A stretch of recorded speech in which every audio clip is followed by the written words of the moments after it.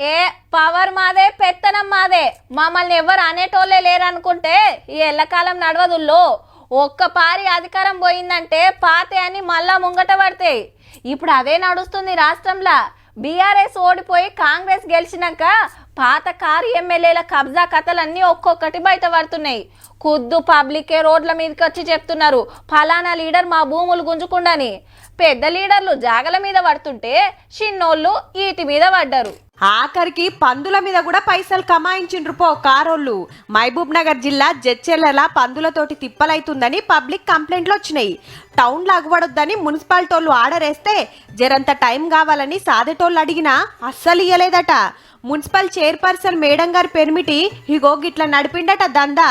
Municipal chairman భర్త అతను 2 సంవత్సరాల మా పందులు పట్టుకుపోయి అమ్ముకుంటా ఉన్నాడు. నేను 4 లక్షల రూపాయలు ఇచ్చి పోంగ కూడా మళ్ళీ వచ్చి 2 బండ్లు ఎత్తిండు. ఒక 40 మంది నాకు 5 రూపాయలు ఇప్పించిండు. 2 సంవత్సరాలు ఇదే విధంగా నడుస్తుంది. జర టైం ఇయ్యూరు సార్ అని పైసలు ఇచ్చినా ఏరేటోళ్ళని పిలువనంపి పందులను పట్టించి బయట రాష్ట్రాలకు అమ్మేసిండట. 80 టన్నుల వరకు లెక్కేసిన ఇప్పుడు వరకైతే 22 బండ్లు కలిపి సుమారు కోటి చిల్లర అయితే కోటి 10-12 లక్షలు అవుతుంది. ఎన్ని పందులుండే ఎంత వజన్ ఉండే అమ్మితే ఎంతొస్తాయని సాదేటోళ్ళ కాడ లెక్కలుంటాయి కాబట్టి అందాజా మీదికెళ్లే ₹1 కోటి. కరెక్ట్ లెక్క తీస్తే ఇంకో 20 లక్షలు. ఈ పైకం సాదేటోళ్ళకి ఇయ్యలే, మున్సిపాలిటీలో జమ చేయలే. చైర్పర్సన్ మేడం పెర్మిటే తిన్నాడని లొల్లైతుంటే లేలే మాకేం తెలియదు అంటాంది. ఏం లేదు, వాళ్ళు ఉన్నప్పుడే వాళ్ళ సమక్షంలోనే తరలియం జరిగింది.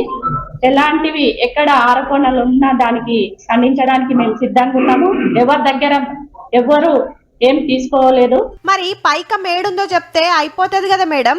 ఇది జరిగి 2 ఏళ్ళైనా పోలీస్ స్టేషన్లా కంప్లైంట్లు ఇచ్చినా ఎవ్వరు పట్టించుకోలే. ఇప్పుడు కార్ ఎమ్మెల్యే పోయి కాంగ్రెస్ ఎమ్మెల్యే వచ్చే వరకు కథంతా బయటపడి ఎంక్వైరీ నడుస్తుంది. భూములు మింగుడే అనుకున్నాం, పందుల పైకం సుత కుమ్మిండ్రు పో.